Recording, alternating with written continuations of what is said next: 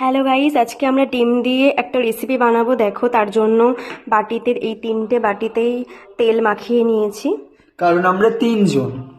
তো আমরা 3জন, তাই জন্য 3টে ডিম দিয়ে রেসিপিটা বানাচ্ছি। এই যে ডিমটা প্রথমে ফাটিয়ে নিলাম। ডিমের মধ্যে পরিমাণ মতো নুন দিয়ে দিয়েছি একটু হলুদের গুঁড়ো। এখানে দেখো আমার ভাই গোলমরিচের গুঁড়ো করছে, কারণ ডিমের মধ্যে এখন দিতে হবে গোলমরিচের গুঁড়ো। গোলমরিচের গুঁড়ো দেওয়া হচ্ছে, একটু বেশি করে দে, তাহলে ঝাল ঝাল হবে। ওটাতে আর দিস না, মেখে ফেলে। এরপর এখানে আমরা সেদ্ধ বসাবো। এই যে 3টে ডিম ভাপে বসিয়ে দিয়েছি আমরা, আর সাথে পাশে মশলাটা করে নেব।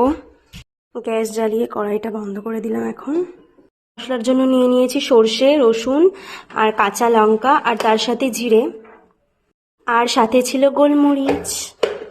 10 মিনিট হয়ে গেছে। এই যে ডিমটা সেদ্ধ হয়ে গেছে, এখন নামিয়ে নেব। গ্যাসটা অফ করে দে।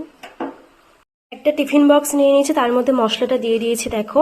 আর এই যে সেদ্ধ করা ডিমগুলো এখন দিয়ে দেবো এটার মধ্যে। খুব ভালো সিদ্ধ আমরা হয়েছে। যেহেতু 3জন মানুষ, তাই জন্য 3টে ডিম নিয়ে নিয়েছি।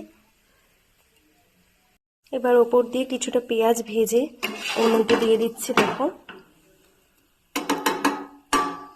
একটু দেখো সর্ষের তেল দিয়ে দিচ্ছি, আর এর মধ্যে একটু হলুদ আর নুন পরিমাণ মতো দিয়ে দিয়েছি। যেহেতু একটু ঝাল ঝাল খাই, সেই জন্য দেখো 2টো কাঁচা লঙ্কা দিয়ে দিয়েছি। এবার টিফিন বক্সটা ঢাকা দিয়ে দেবো। কড়াইয়ের উপর জল দিয়ে দেখো আর একটা র্যাক দিয়ে বসিয়ে দিয়েছি। এবার টিফিন বক্সটা ঢাকা দিয়ে কিছুক্ষণ ভাপে ভাপে হবে। টিফিন বক্সের ঢাকনা দেওয়া যাচ্ছে না গাইস, দেখো সাইডের ধারগুলো কেটে গেছে। কি অবস্থা, জানি না এই রেসিপিটা আমরা আদৌ খেতে পারবো কিনা। দেখো রেডি হয়ে গেছে। এখন আমরা দুপুরে লাঞ্চ করব। ঝোল দে, একটু ঝোল দে।